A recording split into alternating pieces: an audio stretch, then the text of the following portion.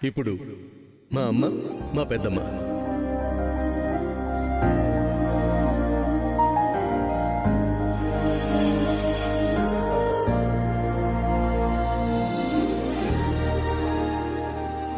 ఏళ్ళు పుట్టింట్లో పుట్టి పెరిగిన ఆడపిల్ల పెళ్ళయి అత్తవారింటికొచ్చి పిల్లలు పుట్టి ఆ పిల్లలు పెద్దవాళ్ళయి వాళ్ళకి పెళ్ళిళ్ళైనా కూడా తన పుట్టింటిని ఏ ఆడపిల్ల ఎప్పటికీ మరోదు.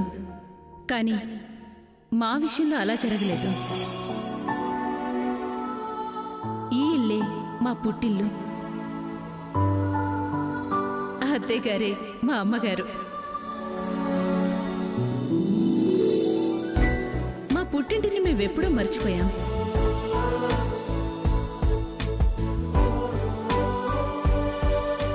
అవును, చేసుకున్నోడికి చేసుకున్నంత మహదేవ అన్నట్టు మేం పోయిన జన్మలో చాలా పుణ్యమే చేసుకున్నట్టున్నాం. లేదంటే మా అత్త మాకు దక్కేదా? మమ్మల్ని ఒక మాట అన్నా అందులో న్యాయం ఉంటుంది. బిడ్డ తప్పు చేస్తే తల్లికి తిట్టే అధికారం ఉంటుంది కదా, ఇది అంతే.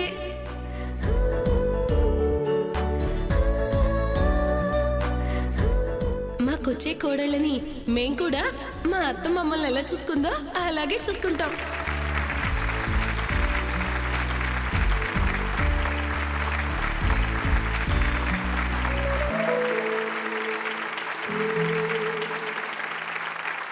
ఏమిటివి? అత్త, నీకిష్టమని నేతరసలు నేనే చేశాను.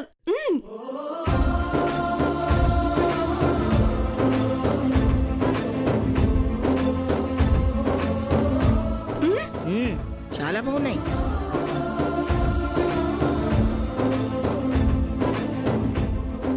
నేను మీకోసం స్పెషల్గా కీర్ తయారు చేశాను.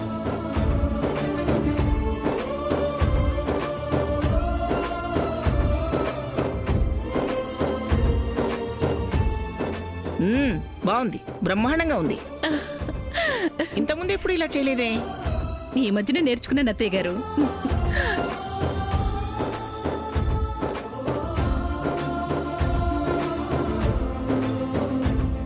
బాగుంది బాగుంది. హ్యాపీ బర్త్డే అత్తయ్య. సామోదిన, నువ్వు కూడా నానమ్మ గురించి మాట్లాడొచ్చు కదా. వద్దులే పద్మోదిన, నేను వాటర్ ఇస్తే ఎంత గొడవైందో చూసావుగా. ఇప్పుడు గిఫ్ట్ ఇచ్చి అమ్మమ్మ హ్యాపీ మూడ్ని చెడగొట్టలేను. అది కూడా నిజమే. ఆల్రెడీ నానమ్మ ఇంత హ్యాపీగా ఉండడానికి ప్లాన్ ఇచ్చి సక్సెస్ చేసి మా అందరికన్నా నానమ్మకి పెద్ద గిఫ్టే ఇచ్చేసావు. ఇప్పుడు మేమేం మాట్లాడినా ఆ అవకాశం కల్పించింది నువ్వే కదా.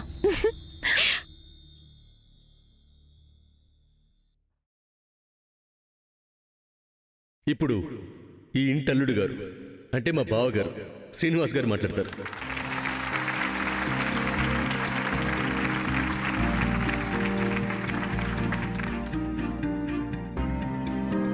హ్యాపీ బర్త్డే టు యూ అమ్మమ్మ గారు.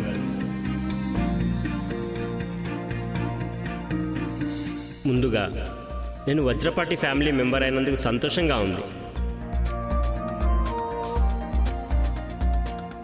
నన్ను ఇక్కడ అందరూ ఈ ఇంటి అల్లుళ్ళలా కాకుండా ఈ ఇంటి బిడ్డలా చూసుకుంటున్నారు. I'm very happy. ఇక ఈరోజు ఈ ఇంట్లో ఇంత పండుగ వాతావరణం వచ్చిందన్నా, అమ్మమ్మ గారు ఇంత సంతోషంగా ఉన్నారన్నా దానికి ముఖ్య కారణం నా సిస్టర్.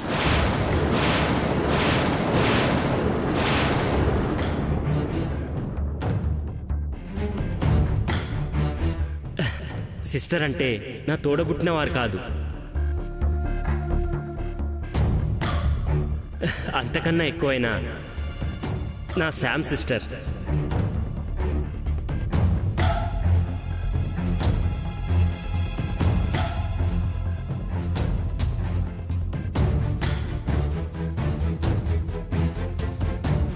శామ్ సిస్టర్ వల్లే మేమిప్పుడు అమ్మమ్మ గారి బర్త్డే సెలబ్రేషన్ని హ్యాపీగా జరుపుకుంటున్నాం.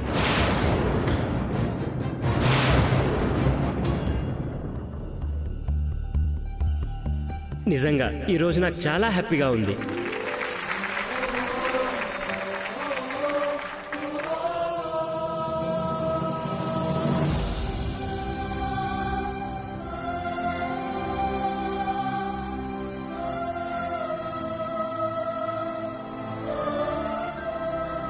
ఇప్పుడు మా చిన్న తాతయ్య.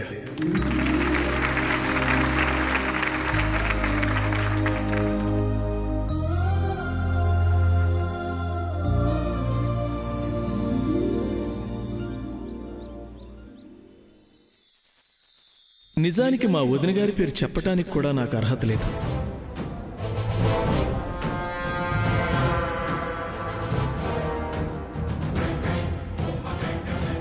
అసలు నేను సక్రమమైన మార్గంలోనే వెళ్ళలేదు. నా తప్పుని నేను తెలుసుకుని, నేను మారాక నన్ను అర్థం చేసుకుని నన్ను క్షమించి నాకు హోదాని కల్పించిన దేవత మా వదిన గారు.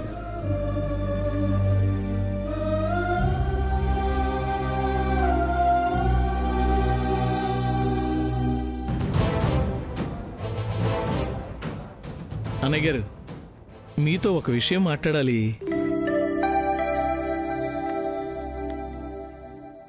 ఇతను అమెరికా అబ్బాయి చక్రధర్. అరెరే, ఏంటి బాబు ఇది?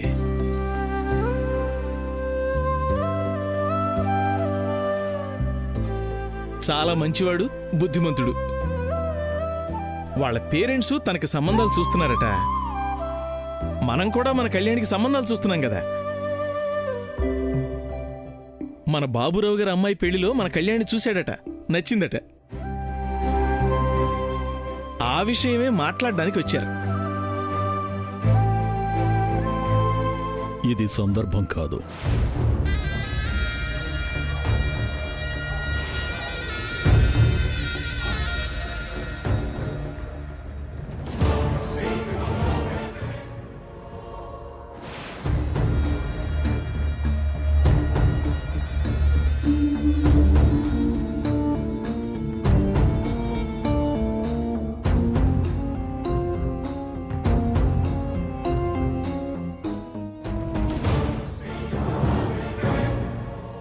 మా వదిన గారికి జన్మదిన శుభాకాంక్షలు తెలియచేస్తున్నాను.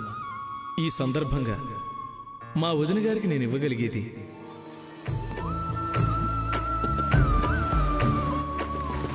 అరే హరే కృష్ణ.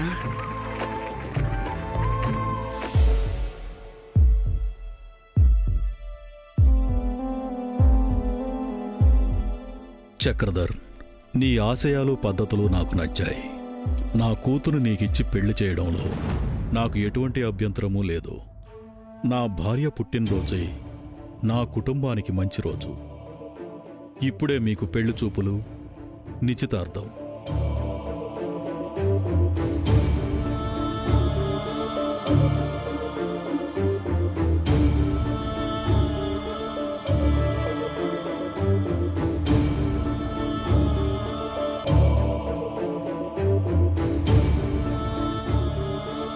అయ్యా, రంగారావు గారు, రాజేంద్ర గారు, ఇద్దరు దంపతులు సమేతంగా వచ్చి తాంబూలాలు మార్చుకోండి.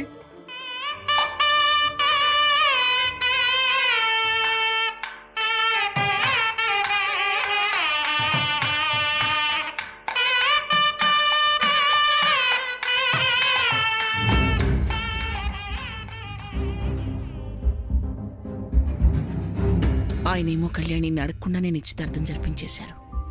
తనేమో అయిష్టంగా కనిపిస్తుంది. సడన్ గా పెళ్ళనేసరికి నమ్స్గా ఫీల్ అవుతుందా? అదే అయి ఉంటుంది. వాళ్ళ నాన్న మాటని అది ఎప్పుడూ జవదాటదు. అమ్మా,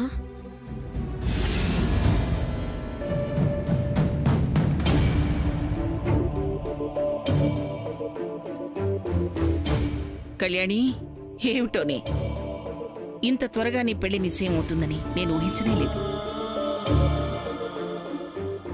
నీకు సడన్ గా పెళ్ళని చెప్పేసరికి ఇబ్బంది పడ్డావా? ఒక ఆడదానిగా నీ ఫీలింగ్స్ని అర్థం చేసుకోగలనమ్మా. కానీ ఒకటి, మీ నాన్నగారు ఏం చేసినా నీ జీవితం బాగుండాలని చేస్తారు. చూసావా మీ నాన్నగారి ముఖంలో ఎంత ఆనందం వెలిగిపోతుందో? నా కూతురు పెళ్లి అలా చేయాలి, ఇలా చేయాలని తెగ ప్లాన్లు వేసేసుకుంటున్నారు. ఆకాశమంత పందిరి వేస్తారట, భూమి మీద ఉన్న అందరినీ పిలుస్తారట. వజ్రపాటి రంగారావు గారి కూతురు పెళ్లి గురించి నీ కూతురు పుట్టి దాని పెళ్ళయ్యేంత వరకు మాట్లాడుకోవాలట. ఆ? నాకే పెళ్లి ఇష్టం లేదమ్మా.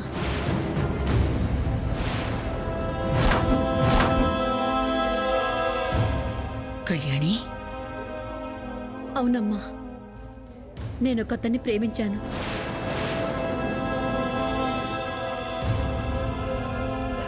ప్రేమించావా?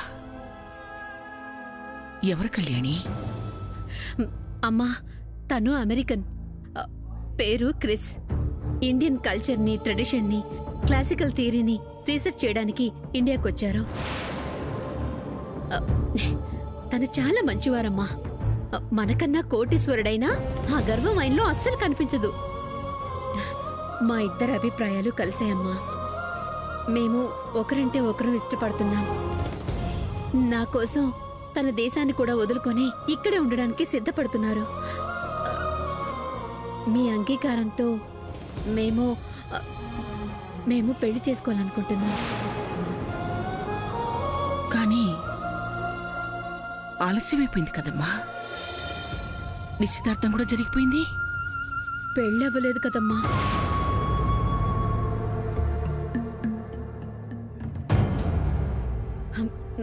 నాన్నతో నువ్వే మాట్లాడి నా మనసులో ఉన్నది చెప్పమ్మా. అది కదమ్మా, ఆయన మనసులో మాట చెప్పిన తర్వాత ఆయన మాటకి నేను ఎదురు చెప్పలేనని నీకు తెలుసు కదా. అమ్మా, నీ ఆవేదన నాకు అర్థమవుతుంది కళ్యాణి. అలానే ఆయన ప్రతిష్టకు భంగం కలిగించేలా నేను చేయలేను కదా. నీ మీద నమ్మకంతో వచ్చానమ్మా.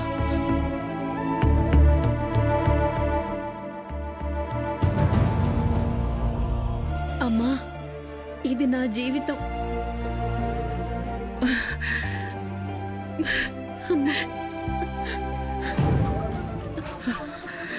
కళ్యాణి, చెప్తుంటే నీకు అర్థం కావట్లేదా? నీ జీవితాన్ని మీ నాన్నగారు నాశనం చేస్తారా? చెప్పు చెప్పు.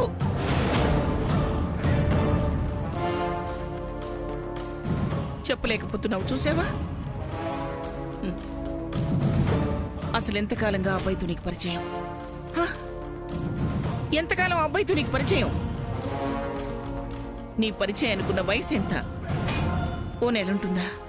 పోనీ 6 నెలలు? మీ నాన్నగారి పరువు ప్రతిష్టలకున్న వయసు ఎంతో నీకు తెలుసా అమ్మా? అది తెలుసుకోవాలంటే నీ వయసు చాలదు. నువ్వు పుట్టిన దగ్గర నుంచి మీ నాన్నగారు నిన్ను కంటికి రెప్పలా కాపాడుకుంటూ వస్తున్నారు. నీ జీవితం ఎలా ఉండాలో, నీకేం కావాలో మీ నాన్నగారికి తెలీదా?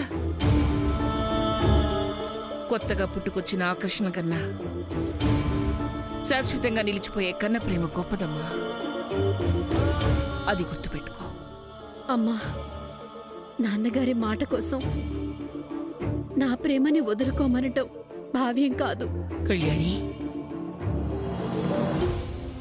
ఈ విషయం మీ నాన్నగారు మాట ఇవ్వకముందు తెలుసున్నట్టయితే పరిస్థితి వేరేగా ఉండేదేమో. ఇప్పుడు నేనేమీ చేయలేనమ్మా. రాముని బాణం మీ నాన్నగారి మాట ఒక్కటే, తిరిగి తీసుకోవటం జరగదు.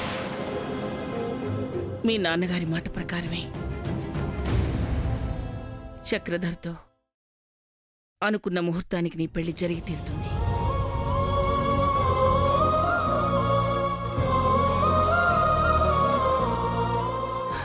మనసు మార్చుకోమా.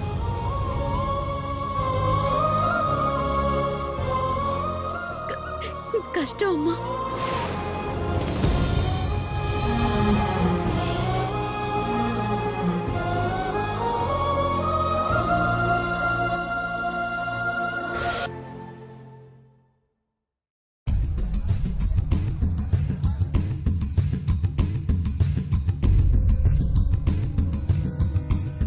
గ్రాండ్మా, నీ బర్త్డేకి నీకేం గిఫ్ట్ ఇవ్వాలో నాకు తెలియలేదు. లేని వాళ్ళకి ఏమన్నా ఇస్తే బాగుంటుందనిపించింది.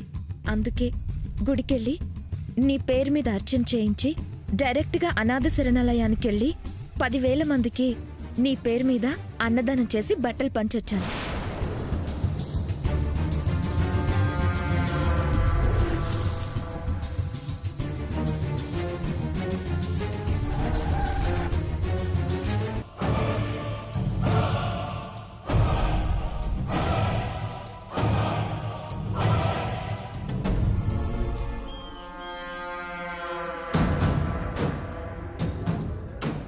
మీ కుటుంబం సంతోషంగా 10 కాలాల పాటు చల్లగా ఉండాలని గుడిలో మీ ఆది దంపతుల పేర్ల మీద అర్చన చేయించాను.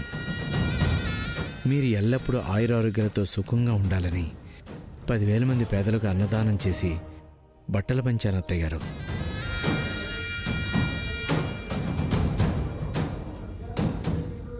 మిమ్మల్ని అత్తయ్య గారు అని పిలవడంలో అబ్జెక్షన్ ఏమీ లేదు కదండి? ఎంగేజ్మెంట్ అయిపోయింది కదా అని అత్తయ్య గారు అని పిలిచానండి. మీరు దేని గురించి ఆలోచిస్తున్నట్టున్నారు?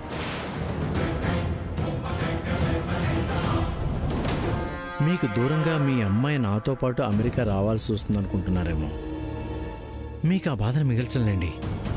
నేను చదివిన చదువులు కూడా పక్కన పెట్టి మీ ఇంట్లోనే ఇల్లరకు పల్లులాగా ఉండాలనుకుంటున్నాను.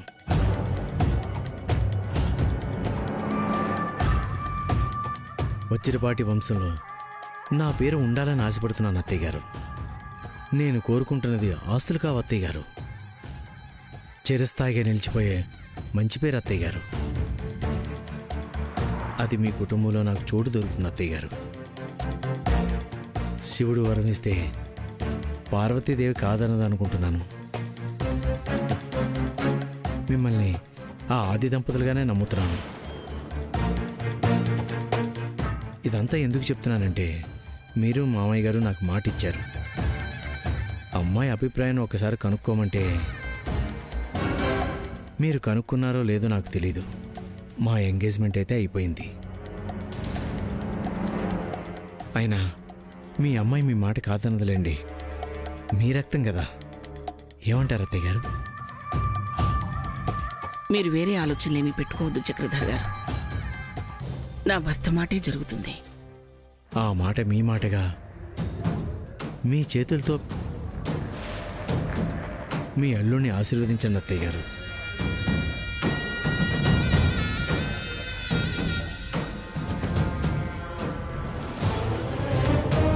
నా మనసు కుదురు పడుతుంది. నేను సంతోషిస్తాను.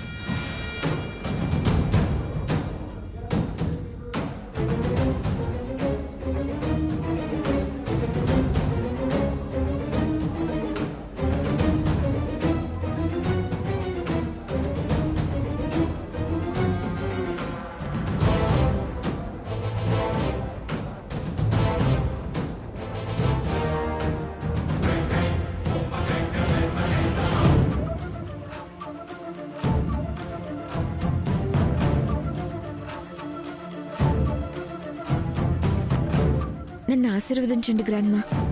మీ బర్త్డే రోజు నాకు మాట ఇవ్వాలి.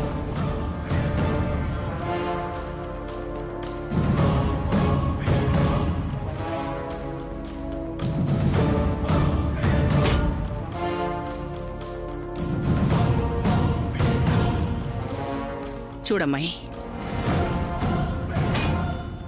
ఓసారి మాటిచ్చినందుకే పరిస్థితి ఇంతవరకు వచ్చింది. ఇప్పుడు మళ్ళీ నీకు మాటిచ్చే అవకాశాన్ని నేను తీసుకోలేను.